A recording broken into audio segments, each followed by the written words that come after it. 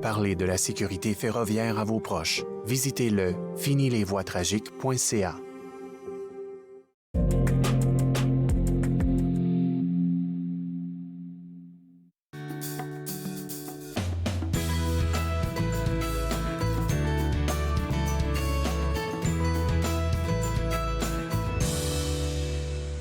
Bonjour et bienvenue à Entre nous, exclusivement sur les ondes de TV Rogers. Je suis Claude Andrea Bonny. Je me ferai un réel plaisir de passer la prochaine heure avec vous. Aujourd'hui à l'émission, on va parler avec le docteur Joanna Botswick qui nous parlera du programme Impact Montfort auquel elle a participé. On va aussi ensemble découvrir les nouveautés parues aux éditions David. Et tout de suite pour commencer, j'ai la chance de parler avec Madame Micheline Showbridge, la directrice générale de l'organisme MASC. On vient parler d'un prix pour les éducateurs et éducatrices communautaires, mais avant d'en parler, j'aimerais qu'on rappelle un peu la mission de MASC, surtout pour les gens qui nous prennent en cours et ils se disent, mais c'est quoi cet organisme-là? Absolument. Bonjour Claude, bonjour tout le monde. Allez. Donc oui, c'est ça. Donc MASC, c'est un organisme communautaire qui œuvre dans le domaine artistique communautaire depuis 31 ans. Donc nous sommes basés à Ottawa et on travaille avec à peu près 150 artistes professionnels de toutes les disciplines artistiques. Et puis c'est ça dans le domaine de l'éducation artistique communautaire. Donc on offre les ateliers, les spectacles ainsi que les résidences, donc les projets à plus long terme dans les écoles, dans les centres communautaires, les programmes après l'école, les foyers d'accueil. Finalement, on amène les arts à vous. Et puis, on travaille dans nos plusieurs différents projets, les événements aussi. Je crois que Chantal Racine, ma collègue, a déjà parlé de Festival de danse en milieu scolaire, puis illustrateur. Et puis après tous ces programmes et festivals, on touche à peu près 2000 participants résidents de la ville par année. Donc, on touche beaucoup, puis on travaille avec plusieurs artistes professionnels aussi. Si les gens sont curieux, là, je vais les inviter là déjà à regarder votre site web parce que ce que j'apprécie par-dessus tout, c'est que vous arrivez à éveiller l'esprit créatif des gens, peu importe si les gens sont mordus d'art ou pas. Vous avez une panoplie d'activités là et puis franchement là, ça donne le goût de participer à tout.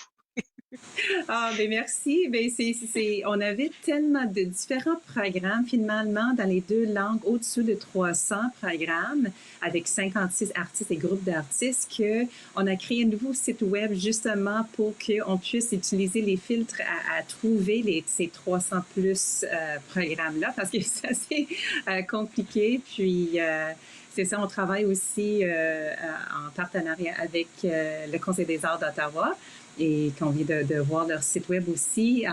Puis ça, c'est pour de nouveaux prix. On est pas mal excités par ce prix-là. Oui, je vais garder le prix là pour plus tard là parce que je veux qu'on ait assez de temps pour en parler, mais on va toujours continuer de parler de masques. Et puis, quand on parle du volet éducatif, j'aime beaucoup ça parce que si on voit la liste des artistes que vous avez, les 150 artistes là, il y a des artistes qu'on reconnaît facilement parce que c'est des gens qui sont très engagés dans la communauté. Donc, pour des jeunes d'avoir un lien direct avec ces artistes là, c'est vraiment un cadeau. Oui, absolument. Là, on parle des artistes qui sont des fois très connus, qui ont gagné des Oui. prix. Et ce qui est spécial avec ces artistes-là qui travaillent dans le domaine de éducation artistique communautaire, c'est que non seulement ils maîtrisent leur art, mais aussi sont capables de le partager d'un autre niveau, d'un autre aspect avec la communauté. Donc, de donner un atelier à 30 jeunes en bas de 8 ans ou de créer une murale avec 50 personnes de tout âge dans la communauté, tout le monde travailler ensemble. Donc, c'est ça qui est assez spécial avec ces artistes-là. Puis, on est vraiment chanceux d'avoir la chance de travailler avec eux, puis les participants aussi. Puis c'est un cadeau pour ces artistes-là parce que c'est une passion. Donc, Oui. avec Masque, c'est vraiment une porte pour accéder entre la communauté, les écoles, ainsi que ces artistes professionnels. Et puis c'est ça, c'est du donnant-donnant comme vous venez de mentionner, parce que les artistes, ils adorent donner. On sait qu'ils aiment partager leur art et tout ça. Donc c'est gagnant-gagnant, et que ce soit pour les personnes qui viennent au cours, et puis lui-même l'artiste qui donne le cours. Puis là, je sais qu'il y a des activités il va nous rester 1 minute avant la pause, des activités qui sont passées en virtuel. Comment ça se passe jusqu'à date? Oui, bien, vous avez mentionné le fait que ces artistes-là sont passionnés avec le contact et c'est sûr et certain, ça a été un défi, le développement de cet aspect-là, parce que c'est une perte de ne pas travailler à côté des gens. Mais là, heureusement, les artistes sont tellement créatifs qu'on a trouvé des solutions ensemble et on a maintenant au-dessus de 200 programmes qui sont offerts en ligne. Donc, on a créé des murales, on a créé des chorégraphies, on a enseigné de l'art visuel vraiment à travers l'écran dans les écoles, dans les centres communautaires. C'est vraiment incroyable, mais on démontre quand c'est nécessaire, on évolue et aussi la créativité de base des artistes aide énormément aussi à trouver des solutions. D'accord, mais oui, définitivement. Je vous garde avec moi, Micheline. On va prendre une pause et juste après, on va continuer de parler de toute la programmation qui se trouve à Masque. Vous regardez entre nous, exclusivement sur les ondes de TV Rogers.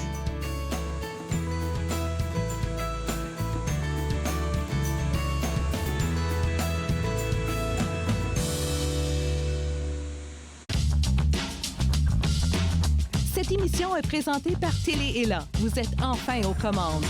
Pour en savoir plus, visitez rogers.com.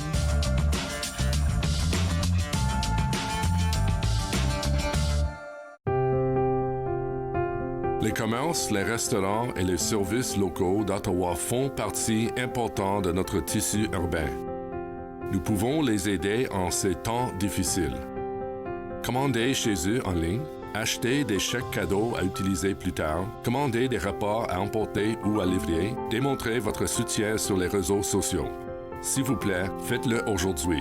En savoir plus, visitez ottawa.ca/acheter local. Mettons que ma jeunesse n'était pas sans drogue.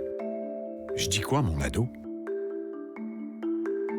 J'aimerais qu'il vive sa jeunesse sans avoir peur de me parler de drogue. C'est possible? Choisir de vivre sa jeunesse sans aucune drogue, est-ce que c'est utopique?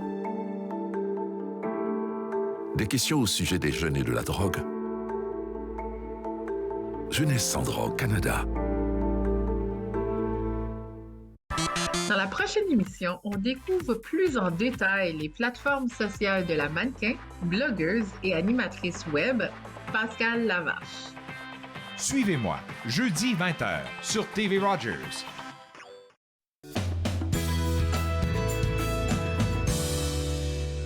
De retour entre nous exclusivement sur les ondes de TV Rogers, on s'informe toujours sur les activités offertes par l'organisme Masque et avec moi sa directrice générale Micheline Showbridge. Et là, avant la pause, on parlait du fait qu'à cause de la pandémie, 200 ateliers étaient offerts maintenant en virtuel. Et puis, c'est toujours très, je veux dire, intéressant de voir qu'est-ce que vous arrivez à faire. On va regarder une petite vidéo pendant qu'on se parle. Je ne sais pas comment vous avez eu l'idée d'offrir un atelier comme ça, une activité comme ça. Oui, donc finalement, ça fait longtemps qu'on travaille avec plusieurs communautés. Et puis, la base ville c'en est un. Et puis, ils voulaient continuer à offrir des activités pour les aînés. Et il fallait absolument trouver des solutions. Donc, on a travaillé avec Suzanne Richard et le Centre communautaire de la Basse-Ville pour offrir ce que vous voyez là, qui est la danse afro-antillaise sur balcon. Donc, les gens, ils sortaient sur leur balcon, ils sortaient dehors à distance. Il y avait les deux côtés de l'édifice. On a fait ça en avant et ensuite en arrière pendant 1 heure. Puis on a fait ça partout dans la ville, pas seulement à la Basse-Ville. Donc, ça a fait fureur. Les gens, y avaient besoin de se connecter. Donc, on a eu cette idée-là. Et puis, comme j'ai dit, les artistes sont tellement généreux, créatifs, flexibles que ça aide énormément à trouver des solutions comme ça. Puis, tout le monde était ravi. Mais moi-même, je me suis prise à regarder là, à rire et puis à bouger aussi. Mais ça montre que Masque, en fait, s'implique beaucoup dans le volet communautaire, hein? Oui, absolument. On a créé aussi pendant la pandémie les murales à distance. Donc, on offre les kits avec plein de peintures et de pinceaux et tout ça. Et par la suite, les cours en ligne pour enligner les gens à faire leur œuvre. On ramasse les œuvres et on les assemble ensemble. Puis l'artiste professionnel les tisse ensemble, puis les imprime sur un panneau à métal, puis on les installe dans la communauté. Donc, c'est créé ensemble, même à part. Donc, c'est vraiment plein de différentes solutions créatives. Mais on voit même dans une vidéo que vous avez envoyée, je pense que c'est la vidéo numéro 3, les initiatives rurales que vous faites là. Et j'ai vu un communiqué qui avait rapport avec un partenariat avec le RAFO, je pense. Ou est-ce que vous avez fait une activité de même là qui a vraiment aidé les aînés francophones d'Orléans parce que c'était instructif. Je pense qu'ils sont juste amusés. Oui, exactement. On a travaillé avec le RAFO, le musée de Cumberland, avec le CPO et puis le CECCE aussi. Donc, c'était un projet intergénérationnel. Puis, c'était, ça, c'est une autre murale qu'on voit en ce moment, mais c'était plus ou moins la même chose. Donc, on a créé un projet ensemble avec eux, puis c'était vraiment un super résultat. Puis, c'est maintenant installé. On a 2 murales installées à 2 différents endroits. On a travaillé avec Nicole Bélanger puis Jimmy Baptiste, et puis ainsi que les gens de la communauté pour créer 2 murales vraiment extraordinaires. Écoutez, vous faites un excellent travail là, sincèrement, et puis je suis sûre que la communauté profite à fond. Je pense que c'est pour ça que vous êtes associé avec le Conseil des arts pour parler ou même pour faire la promotion de ce prix là, le prix pour les éducateurs et éducatrices artistiques communautaires. Exactement. Donc, quand je suis assise avec Nicole Milne, qui est la directrice générale du Conseil des arts d'Ottawa, pour parler de ce domaine-là d'éducation artistique communautaire, je me suis dit que c'est tellement quelque chose d'important dans la vie. Ça se passe partout, comme j'ai dit, dans les écoles et dans tous les différents centres, et puis pour tous les âges. Et puis, Nicole était entièrement d'accord. Donc, on a fait un partenariat avec le Conseil des arts d'Ottawa et avec le soutien du Réseau des arts d'Ottawa et du poète Jamal Jackson Rogers aussi pour créer ce prix-là. Et c'est vraiment pour mettre en lumière les centaines, parce qu'il y en a des centaines d'éducateurs et d'éducatrices qui travaillent dans le domaine de l'art communautaire.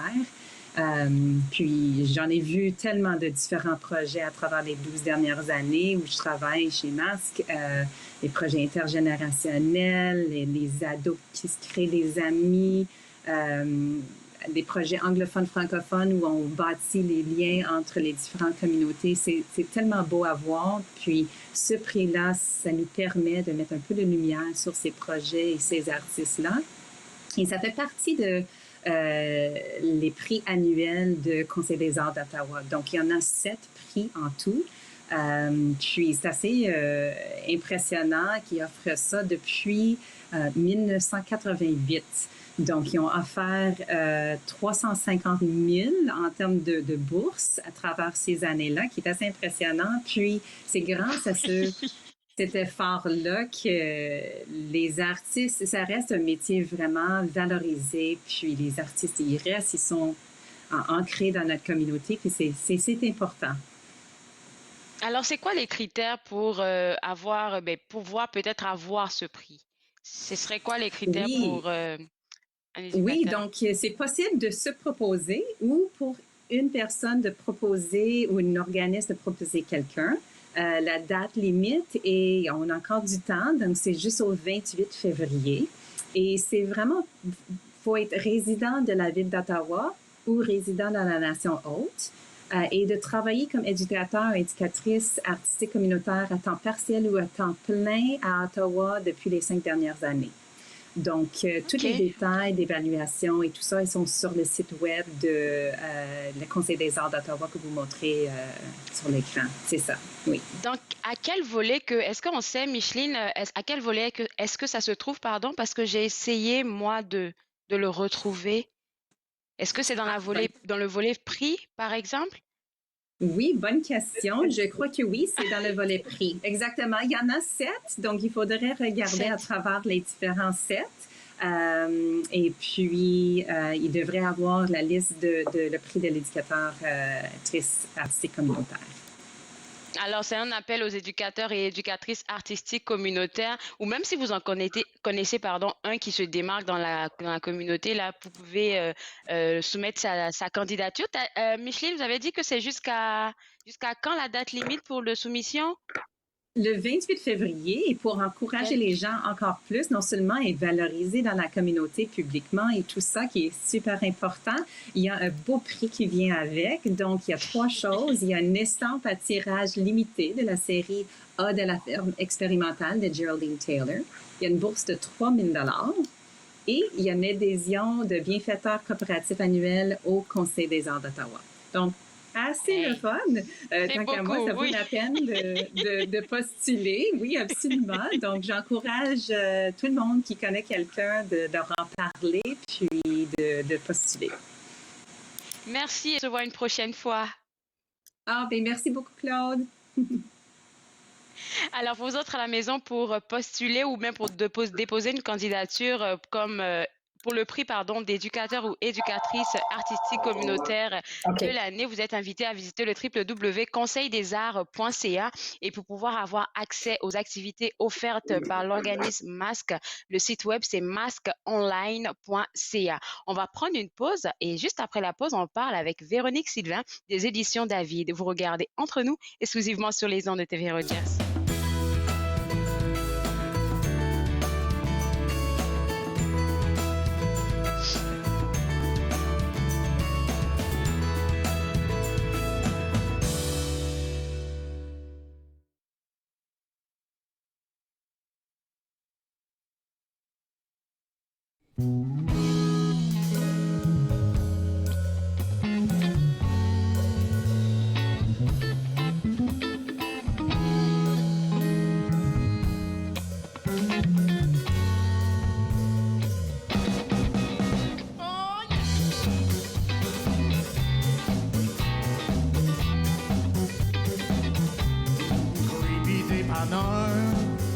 Ouvert 24 heures, tout ce dont tu as besoin se trouve dans ces rangées stockées d'horreur.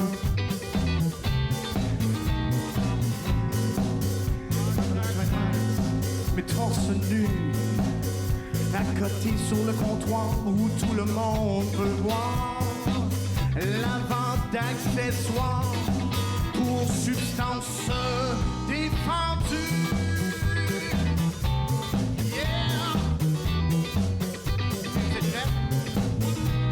Creepy, creepy, creepy, dépanneur. Gueuling, gueuling. Creepy, creepy, creepy, dépanneur. Puis-je vous aider?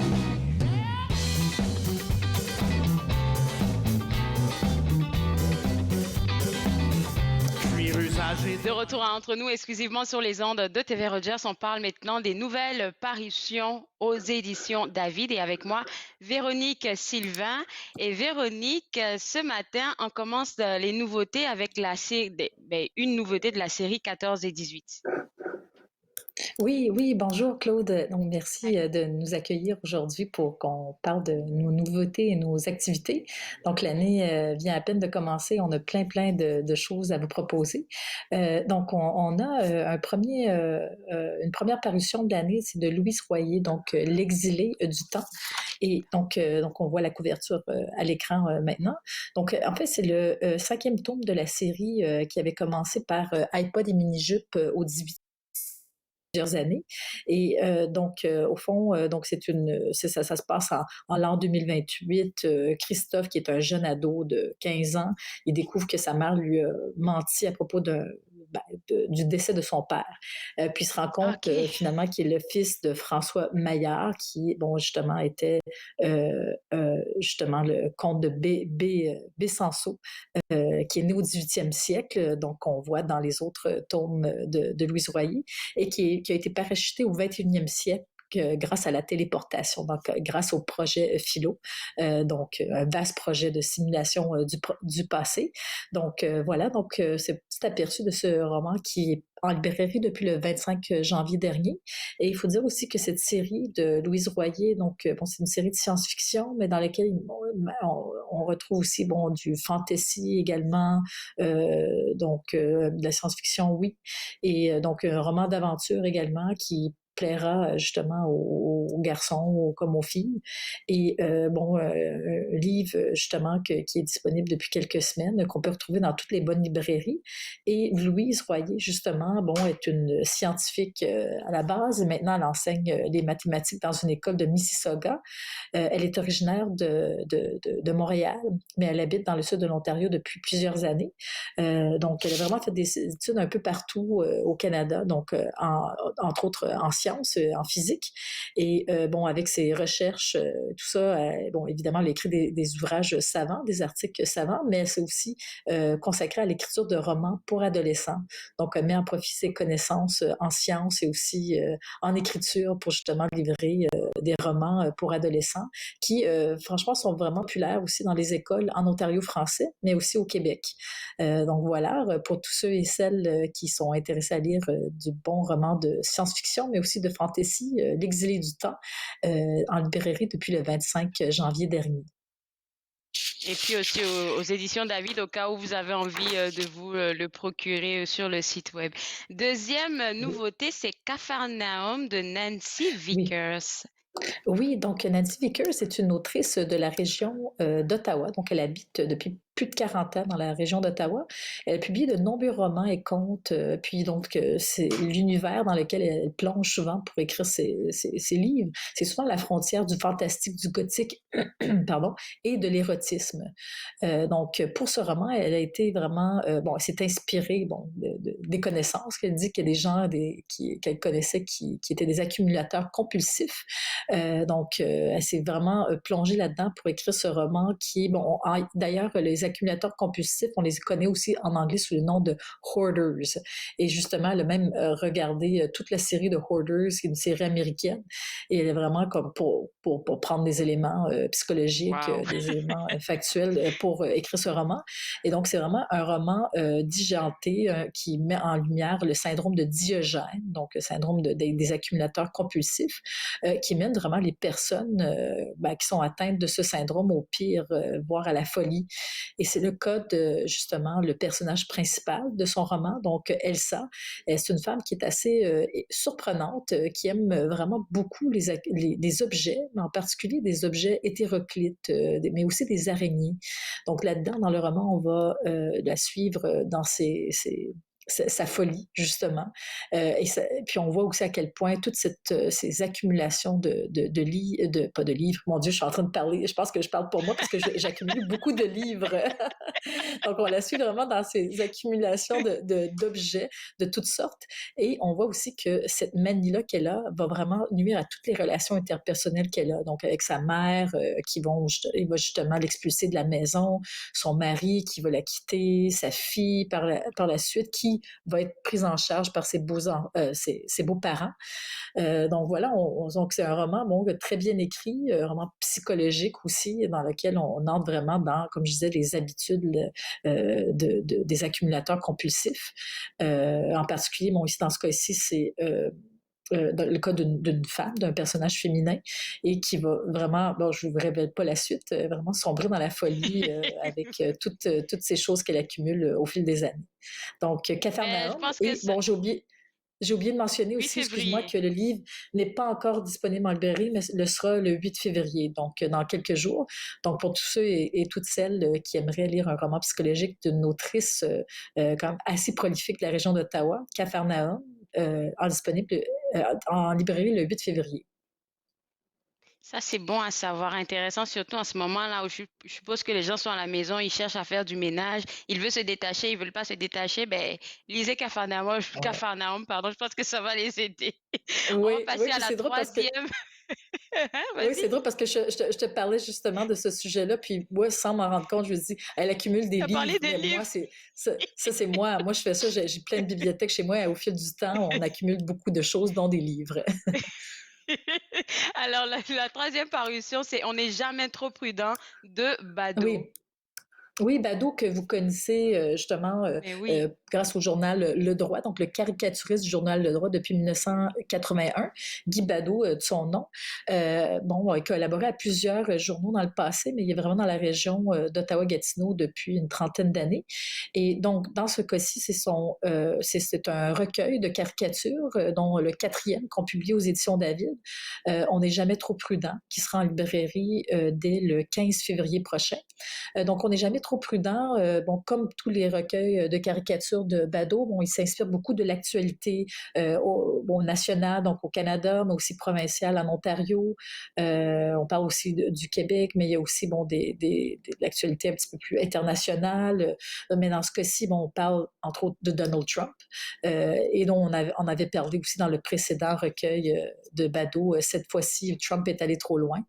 On parle aussi évidemment, comme vous voyez sur la couverture, bon, on parle encore de folie de gens. Donc, au début de la pandémie, quand on confinait, reconfinait, bon, il y a des gens qui accumulaient plein de choses, des farines, la farine, la levure, des papiers de toilette, papier hygiénique, tout ça. Donc, bon, voilà, bon, pour la couverture, cette folie des gens qui accumulent, puis finalement, ils prennent tellement de papier hygiénique, bon, ils font une genre ils deviennent des momies.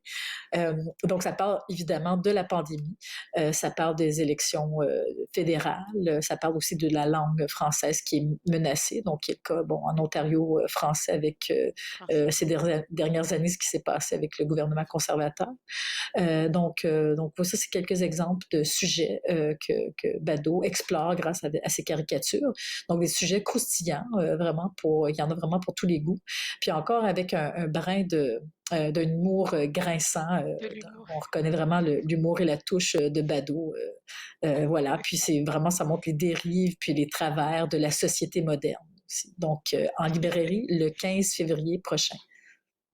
Donc, on a encore 2 semaines avant que cela ne paraisse. Merci beaucoup, Oui, Véronique. tout à fait. Je te garde Merci, Claude. avec moi. On va prendre une pause et juste après la pause, on va parler des activités parce que vous offrez aussi des activités. Vous regardez Entre nous, exclusivement sur les ondes de TV Rogers.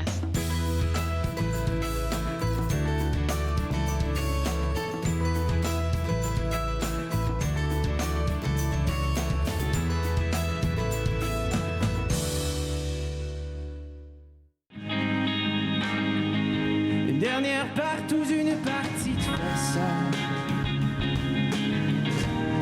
avant de demander au Dieu de me pardonner tous les gestes qui m'éloignent de lui.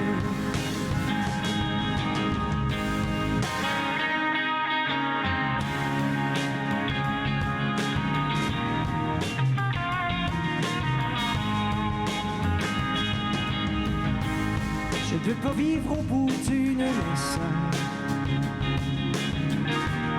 Je pourrais me pendre, c'est dangereux. J'ai peur que le feu de l'ivresse s'éteigne au fond de mes yeux. Mais ton cœur habite la bonne adresse, loin des amours paresseux. Ici je ne manque pas de caresses, car une des tiennes en vaut 2.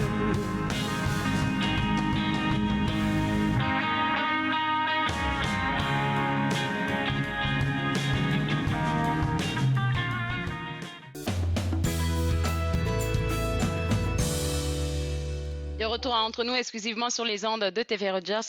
Je suis toujours en train de discuter avec Véronique Sylvain des éditions David. Et Véronique, avant la pause, on parlait des nouvelles parutions, mais maintenant on va parler des activités et des spectacles qui s'en viennent. Et le premier, c'est le spectacle Projet Terre. Je pense qu'on a déjà parlé Oui, de ce recueil. on a déjà parlé.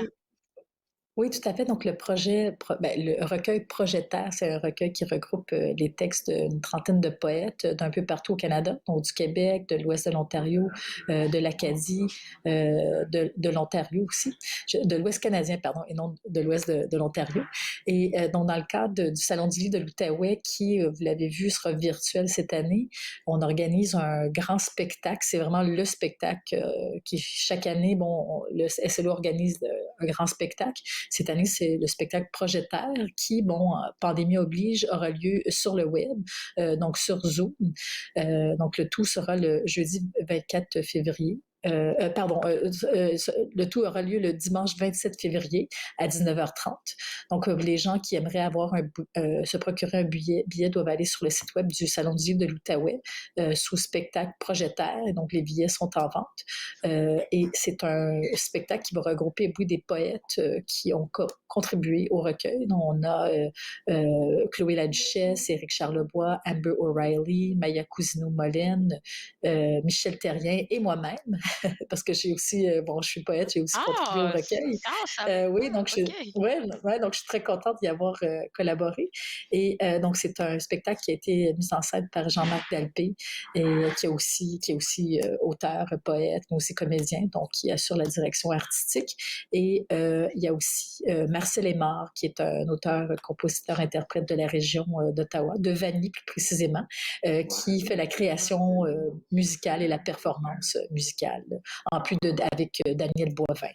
Donc, c'est un spectacle qui, moi, j'ai très hâte, justement, on rentre on va faire des répétitions dans 2 semaines et on va faire l'enregistrement pour le spectacle. Et ce spectacle qui est diffusé le dimanche dans le cadre du Salon du livre de l'Outaouais sera disponible pour ceux et celles qui ont un billet pendant 1 semaine. Donc, les gens pourront le regarder à leur endroit préféré sur le site web du Salon du livre de l'Outaouais. Je me rappelle du site web du Salon du livre de l'Outaouais, donc je vais le donner pour les gens qui ont envie d'aller prendre les billets. C'est slo.qc.ca si je ne me trompe pas. Oui, c'est ça, tout à fait. Donc, justement, parlant du Salon du livre de l'Outaouais, on va avoir beaucoup d'activités. C'est certain qu'on aurait préféré que ça soit en présentiel, mais quand même, on a plusieurs activités virtuelles. Le Salon du livre va avoir lieu dans une forme différente. Mais donc, je parlais du Projetaire, on a aussi une table ronde autour de ce même recueil qui aura lieu le jeudi 24 février. Donc, ça va regrouper quelques poètes du recueil, dont Nelson Charret et Michel Terrien, qui ont co-dirigé le collectif, en plus de Hélène Dorion, qui est une poète québécoise assez prolifique. Donc, ils vont se réunir autour d'une table ronde pour discuter du projet, discuter aussi des thématiques qui sont abordées. Donc, ça, c'est un exemple d'activité organisée dans le cadre du SLO. Donc, on en a plusieurs. Donc, je vais peut-être aussi aller assez rapidement. Donc, on a aussi un entretien avec Tania. Déjà, wow, ça va trop vite. Oui. On a aussi un entretien avec Tania Valéros, qui est une autrice de l'Outaouais, qui a justement publié un très beau roman pendant la pandémie, C'est la folie est une couleur bleu ciel, dans lequel justement on parle entre autres de problèmes de santé mentale. Et donc, elle participera à une activité le jeudi 24 février avec Michel Lapierre-Dallaire, qui est aussi une autrice de la région, qui est publiée dans une maison d'édition québécoise, La Mèche. Donc, il parle justement de problèmes de santé mentale, mais aussi d'abus. Donc, ce sera comme une activité autour de ces thématiques. Aussi, tu connais très bien le projet Histoire d'immigration. Oui, on est en février. Le recueil ici. Oui. Donc, on aura aussi... Oui, donc vous voyez le magnifique recueil, la magnifique couverture. Il y aura aussi une activité organisée dans le cadre du SLO avec Monia Mazig, qui a justement un texte dans le recueil, mais aussi été une autrice, ambassadrice du projet, et une autre autrice du recueil, donc qui a bénéficier, parce qu'on a offert un service de coaching pour les gens qui voulaient préparer des textes. Donc, cette autrice, Olina Holm, sera de l'activité avec Monia Mazé, qui vont parler justement de leurs textes, mais aussi de l'expérience qu'elles ont vécue tout le long des ateliers d'écriture, puis lors du service d'accompagnement qu'on a offert à tout le monde qui voulait participer. Donc voilà, un petit aperçu de nos activités.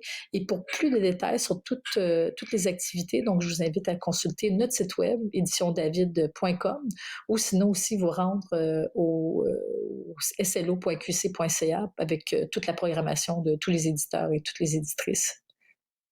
Et puis, il va nous rester là, je viens de l'entendre, là, 1 minute et 30 secondes. Je sais que le Salon du livre de l'Outaouais, je pense que tu me l'as dit en décembre, ça va avoir une autre forme. Je pense qu'ils seront à l'extérieur. C'est ça que j'ai compris. Non, non, non, non, du tout. Ben, au départ, ça devait être ça, mais il y a quelques semaines, bon, ils ont annoncé que le salon serait de façon virtuelle. Donc, tout ce projet-là qui Toute virtuelle. devait Ah, avoir lieu ok. dans le... Oh là Ouais, là. tout ça virtuel. Donc là, c'était la conférence de presse, justement, hier, où on annonçait toutes les activités virtuelles. Donc, tout ce projet-là dans le vieux hall est tombé à l'eau à cause de la pandémie. Mais on a bon espoir que l'année prochaine, ça pourrait avoir lieu dans une forme en présentiel. Mais on est quand même content que le Salon du livre de l'Outaouais ait lieu. Bon, virtuel, oui, mais au moins, c'est pas complètement annulé. Donc, voilà. Puis, je Oui, vous oui. invite C'est une bonne à nouvelle. tous et toutes au Salon du livre qui aura lieu dans quelques semaines, donc du 24 au 27 février. Est-ce qu'en ce moment, là, tu penses qu'on pourrait se prendre les billets? C'est ouvert la billetterie? Oui, ben, les activités sont essentiellement gratuites. Je pourrais pas dire lesquelles sont payantes, mais je sais que OK. pour le spectacle projettaire, donc c'est payant. Mais donc les gens, ils vont sur le site web du Salon du livre, il y a un carnet du visiteur et vous pouvez consulter la programmation, rajouter les activités qui vous intéressent. Comme ça, vous pouvez faire un calendrier de plein de belles activités que vous pouvez, dont vous pouvez profiter dans le confort de votre maison. Merci beaucoup, Véronique. Et puis, on se voit une prochaine Merci fois. Claude. Oui, oui, à la prochaine. Merci. À la prochaine. Alors, pour vous autres à la maison, pour avoir accès au Salon du livre de l'Outaouais, www.slo.qc.ca et pour les éditions David, c'est www.éditiondavid.com. On va prendre une pause et juste après la pause, on parle avec la docteure Johanna Bostwick. Vous regardez Entre nous, exclusivement sur les ondes de TV Rogers.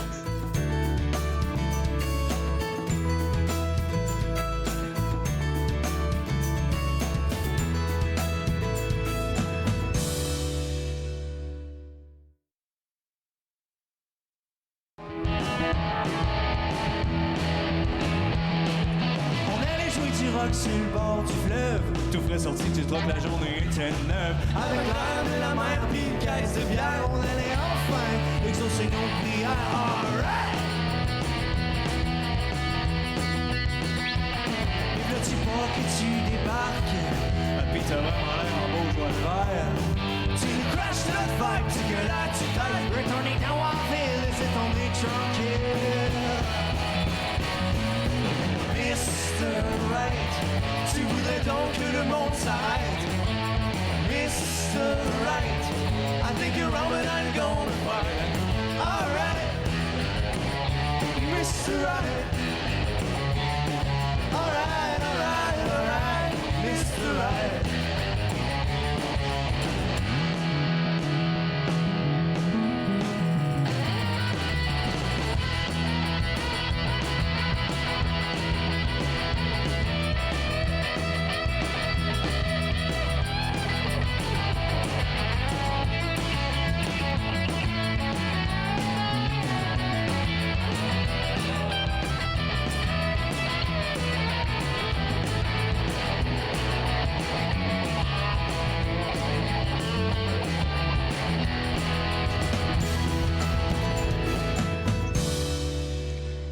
De retour entre nous exclusivement sur les ondes de TV Rogers, on s'informe maintenant sur le programme Impact Montfort de la Fondation Montfort. Et pour en parler, Dr Johanna Bostwick, qui est urgentologue à l'hôpital Montfort. Et Dr Johanna, merci d'avoir accepté de discuter de votre expérience fabuleuse avec nous ce matin.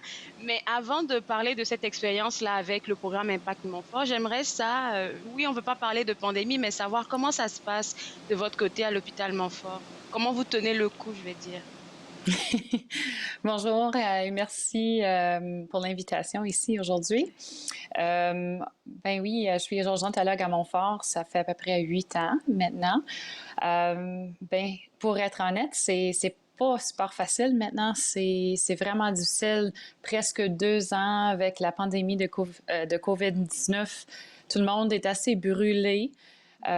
Spécialement les infirmières. Donc, il y a un manque de ressources, spécialement de personnel. à cause de toutes les mesures d'isolation et je pense que juste tout le monde est tellement fatigué. Donc, c'est difficile.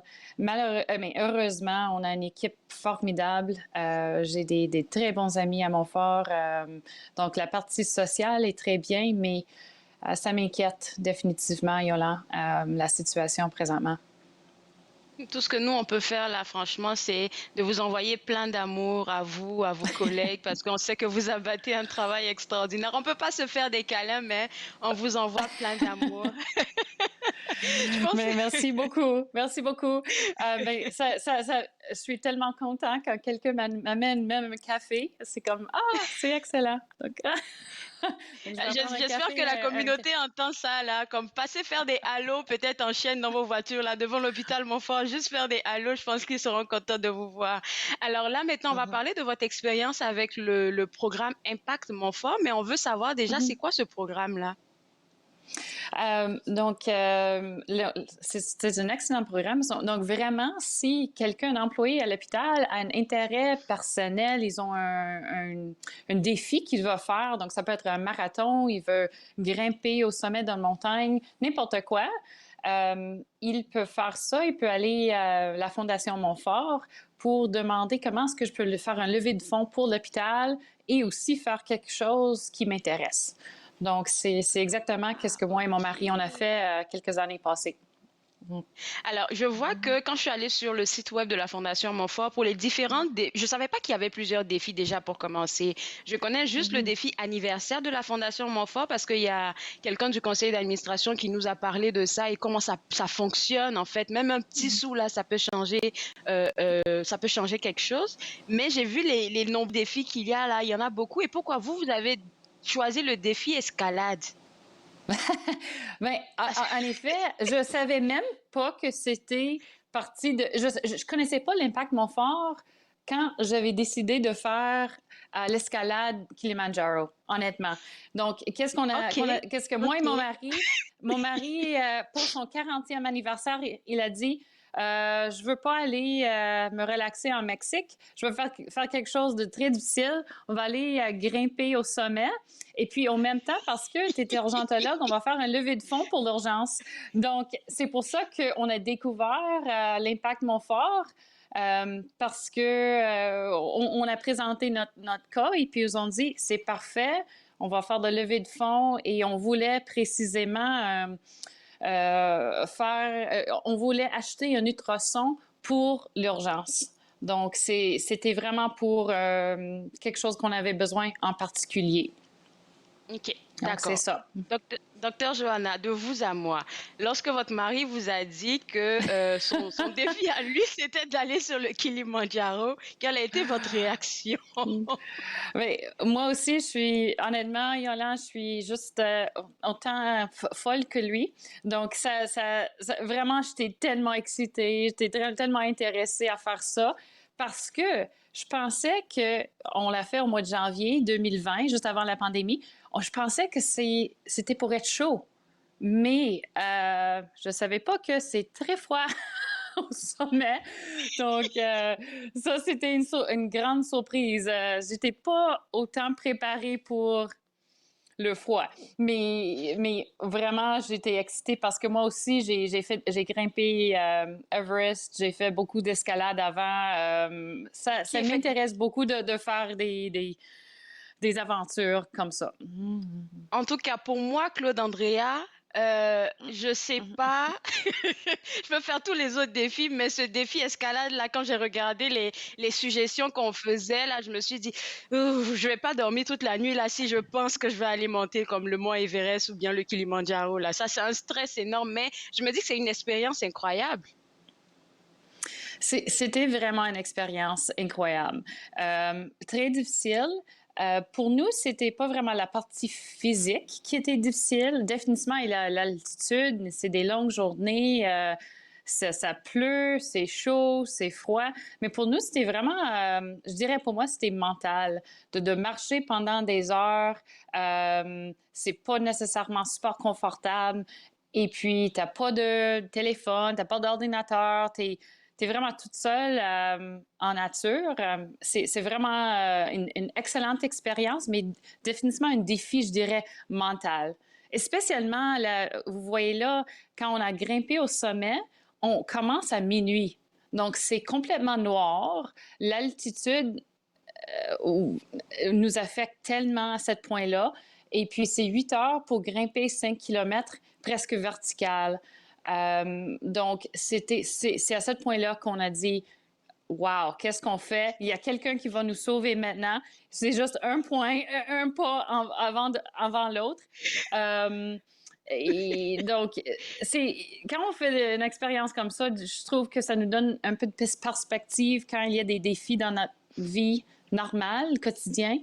Donc, pour ça, c'est quelque chose que je suis vraiment content qu'on a eu la chance de le faire. Mais c'était vraiment l'expérience de grimper à tous les jours. C'était pas vraiment... Lorsqu'on était arrivé au sommet, on était un peu déçus, honnêtement, parce qu'il y avait tellement de monde là qui voulait juste avoir une photo en face de la pancarte que vous avez montrée. On était en haut et puis on était en plein nuage. C'est tellement beau et incroyable, mais tout le monde, c'est comme « Oh, je veux juste prendre un selfie, je veux juste prendre une photo. » C'est un peu bizarre. Donc, je dirais que c'est vraiment plutôt l'expérience d'arriver au sommet qui est plus importante. Au sommet. Docteur Joanna, je vais vous garder avec moi et juste après la pause, là, on va parler de tout le parcours qui vous a mené pas à pas au mont Kilimandjaro. Vous regardez Entre nous, exclusivement sur les ondes de TV Rogers.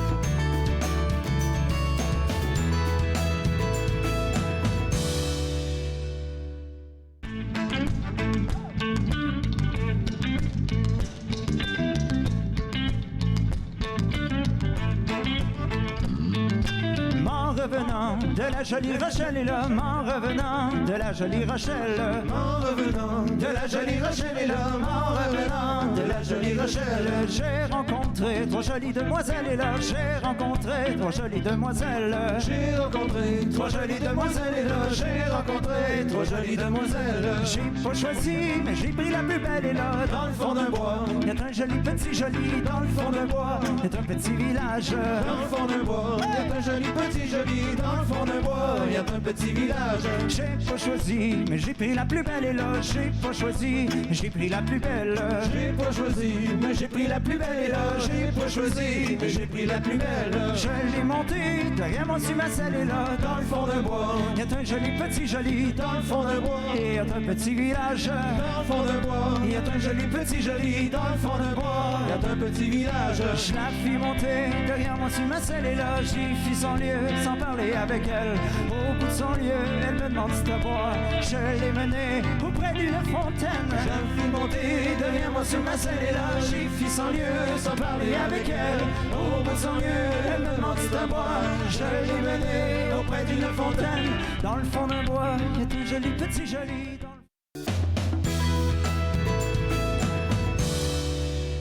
De retour entre nous exclusivement sur les ondes de TV Rogers.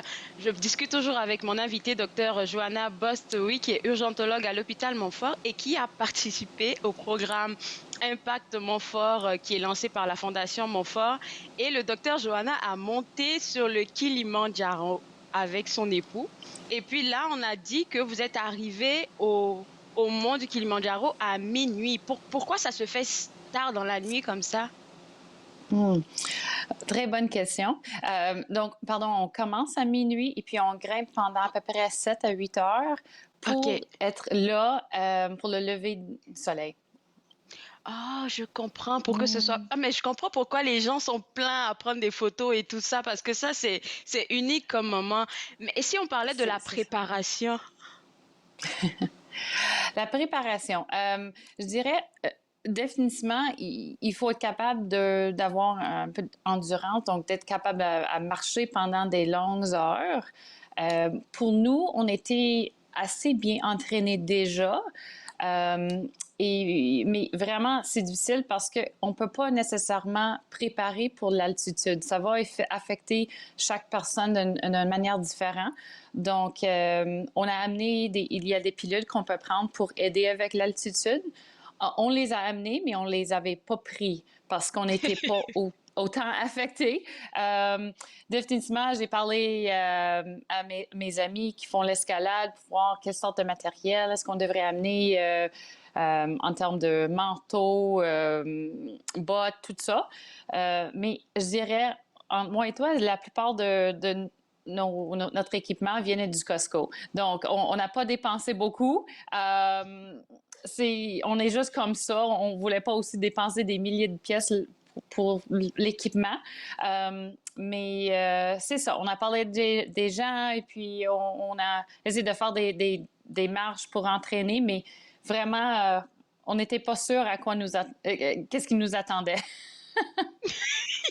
J'imagine. Mais malgré le fait que les gens étaient tous là à prendre des selfies et des photos aussi, là, qu'est-ce que votre mari et vous, peut-être personnellement, vous retenez de cette expérience-là? C'était vraiment spécial pour nous parce que moi, je dirais, la plupart du temps, c'est moi qui est comme... comment est-ce qu'on dit en français? Cheerleader. Donc, je lui encourage. Celle qui encourage, oui. Et puis, c'est moi que s'il va dire « Ah, je suis fatiguée », c'est plutôt moi qui va lui encourager. Mais je dirais, cette nuit-là, quand il faisait noir, froid, pour grimper au sommet, c'est vraiment lui qui m'a appuyée tellement. Je me sentais vraiment malade et j'étais épuisée. Il était là pour 8 heures à juste... Oh, et vraiment, c'était noir. Donc, il me essayait de parler il chantait. Il aime beaucoup la musique et donc il essaie de m'encourager. Donc, c'était vraiment bien pour nous. C'était vraiment une belle expérience et on a une fille de maintenant 6 ans et puis on voulait aussi lui montrer qu'est-ce qu'on peut faire comme dans le monde et aussi on fait ça aussi pour aider des gens. Donc, je pense que pour nous, c'était vraiment important pour avoir cet impact aussi pour notre famille. Alors, il faut que les gens comprennent là que le docteur Johanna a monté sur le mont Kilimandjaro là parce qu'elle voulait participer au programme Impact Montfort. Donc, les gens qui nous regardent là, on vous demande pas d'aller monter sur le Kilimandjaro ou Everest. Là, il y a plusieurs défis dans le programme. Alors, j'aimerais qu'on partage aux gens là après avoir fait cette expérience là, comment ça a aidé Impact Montfort. Donc, on a fait pour nous personnellement, on avait, je pense que c'était à peu près 12 000 pour notre levée de fonds. Donc, c'était vraiment, vraiment super.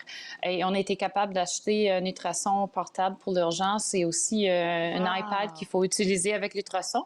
Donc, pour nous, c'était vraiment pratique et important, spécialement juste avant la pandémie. Mais on n'a pas besoin de faire 12 000 pièces, même des centaines, même 1000, ça va faire un impact. C'est tellement important. Donc, je pense qu'il faut vraiment, si vous avez une idée, vous pouvez faire n'importe quoi qui vous intéresse.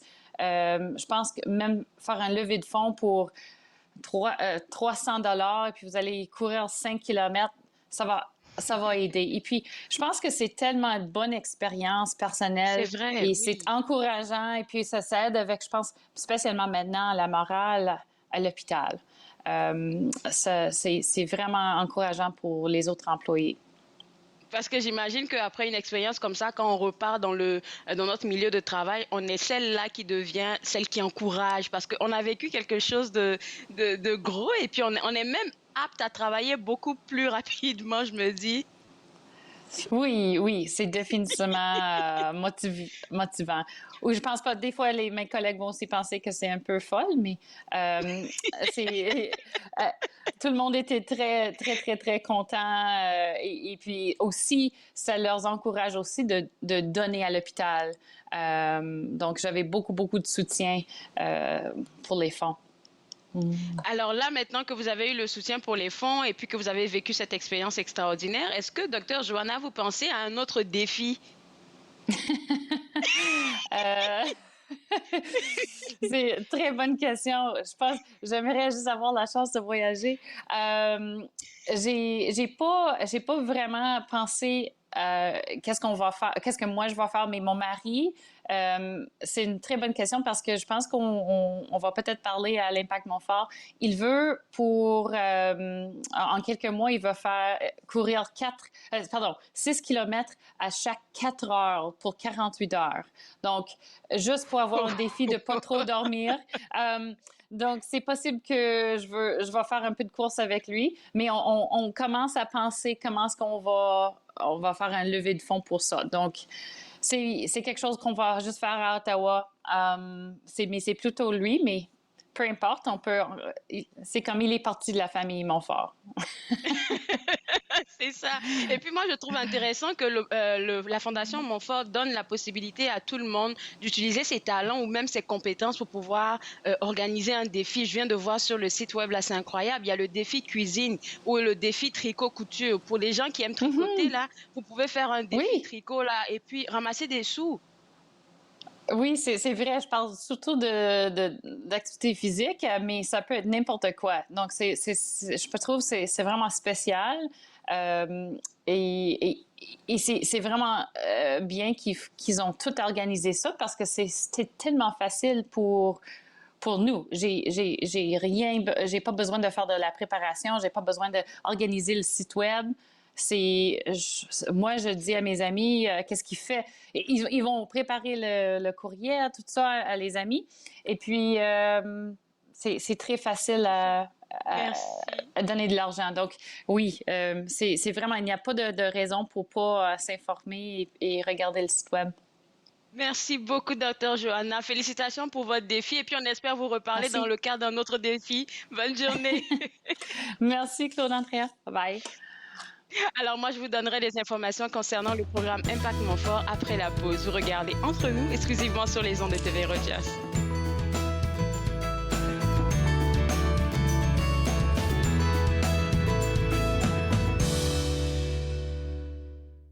À la prochaine émission Promenade dans le temps, je vous invite à découvrir nos croix de chemin, témoins du patrimoine religieux et culturel franco-ontarien, ainsi que la magnifique église et le presbytère château de Très Sainte Trinité de Raclune, deux joyaux du patrimoine religieux franco-ontarien. Promenade dans le temps, mardi 19h30 sur TV Rogers.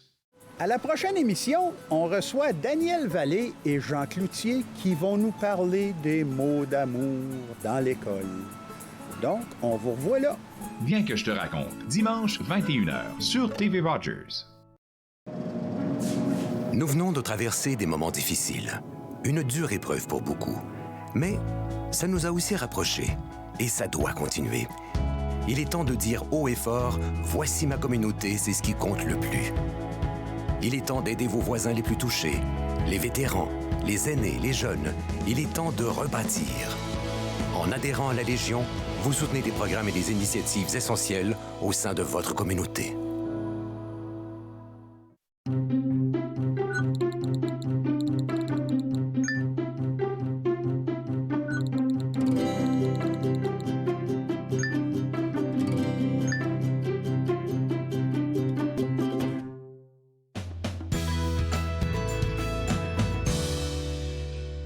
De retour entre nous exclusivement sur les ondes de TV Rogers. Je parlais tantôt avec Dr. Johanna Bostwick de l'hôpital Montfort qui nous parlait du programme Impact Montfort. C'est un programme qui est lancé par la Fondation Montfort et franchement, je ne savais pas qu'il y avait quelque chose comme ça qui existait. Donc, vous pouvez faire plusieurs défis, organiser plusieurs défis de votre côté. Et la Fondation Montfort vous accompagne dans ce sens-là. Défi anniversaire, défi escalade, défi randonnée, défi méditation. Vous avez plusieurs choix à faire. Donc, pour avoir plus d'informations, j'aimerais ça vous inviter à visiter le site web de la Fondation Montfort, donc www.fondationmontfort.ca.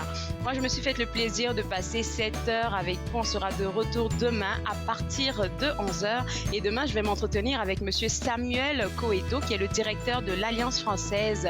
Et il nous fera part de leur activité en temps de pandémie. Il y a plusieurs choses qui se passent du côté de l'Alliance française.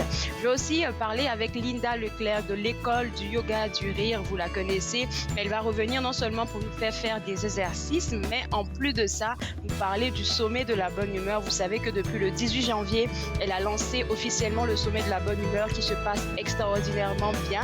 Mais on va avoir plus d'infos avec elle à ce sujet-là. On se voit demain donc à partir de 11h et j'espère que vous serez des nôtres. Bye bye.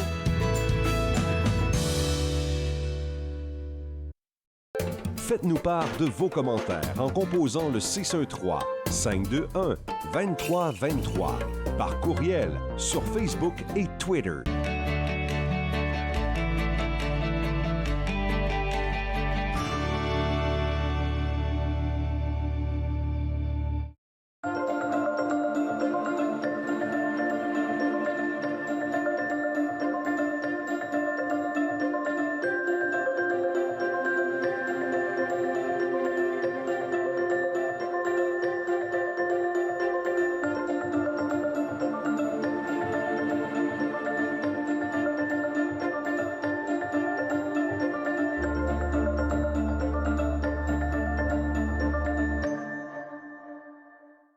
L'industrie canadienne du cinéma et de la télévision a besoin d'une main-d'œuvre plus diversifiée, qui offre plus de possibilités aux personnes noires, autochtones et de couleur. Embaucherdiversité.com est là pour ça. Que vous soyez débutant ou expérimenté dans le métier ou à la recherche de talent, Embaucherdiversité.com vous connecte avec les bonnes personnes, du scénario au développement et de la production à la commercialisation en passant par la distribution. Embaucherdiversité.com, ensemble pour une industrie plus forte.